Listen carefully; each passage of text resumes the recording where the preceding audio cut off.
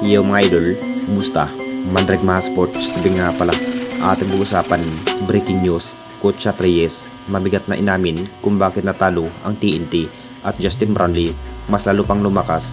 So matapos nagwawagi ang upunan ng Barangay Ginebra sa Game 5 mga idol, abot kamay ang nakuhang panalunan ng ating Barangay Ginebra laban sa upunan ng TNT Turpang 5G. Talagang ginawa pa rin ang lahat para matalo lamang po ang malalakas na TNT Turpang 5G mga idol. Lamang na lamang sana ang TNT Turpang 5G sa bilis, sa aggressive sa mga player, mahalin tulad kay Jason Castro at Calvin Optana, pero si Justin Brownlee pa rin ang nagpapatumba sa TNT Turpang 5G.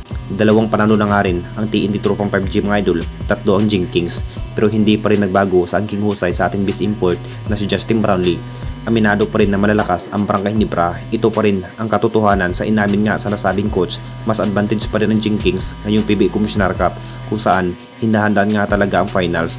Ito pa rin ang inamin sa nasabing coach tungkol sa upunan ng Barangay Ginebra. Masasabing nagulat nga talaga ang lahat. Itong si Coach Reyes mga idol sa angking husay ng ating Barangay Ginebra, partikular sa ating best import na si Justin Brownlee. Ito pa rin ang dahilan kung bakit talo nga ang inabot ng TNT Turpang 5G. Kung hindi lang sana naubos ang time limit sa 4th quarter mga idol, makakalamang sana ang TNT Turpang 5G.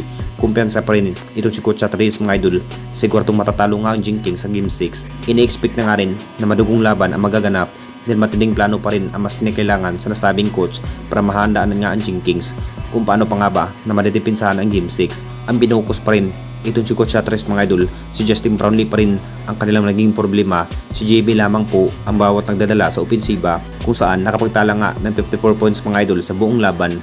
Bagong history sa finals, dito na rin masusubukan itong si Justin Brownlee mga idol sa Game 6 dahil matinding preparation ang gagawin sa nasabing coach sa TNT Turpang 5G mga idol para kay Justin Brownlee. Kung paano pa nga ba na madedepinsahan ang nasabing import na si Justin Brownlee. At dito na naman tayo sa isa parating balita. Justin Brownlee, mas lalo pang lumakas. Alam na nating lahat mga idol, masasabing grabing laro nga ang binikita ang ating best import na si Justin Brownlee mga idol. Binuhat na naman ang Barangay Ginebra sa Game 5 kung saan gumawa pa rin ng panibagong career high na may 54 points. Ito na nga bang inihintay ng lahat sa magiging laban ng ating best import. Mas pinatunayan pa rin na hindi pa rin basta-basta ito si Justin Brownlee.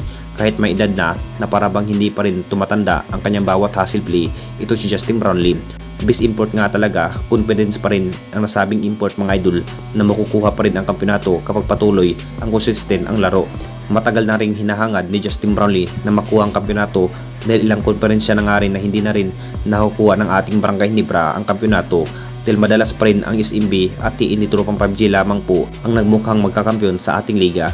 Kung bakit sabik na rin ang ating best import na si Justin Brownlee na makuha ang kampiyonato, sipag at tiyaga pa rin ang mas kinakailangan ang nasabing import para matalo ang malalakas na TNT Turpang 5G. Anong masasabi ninyo mga idol tungkol sa ating video?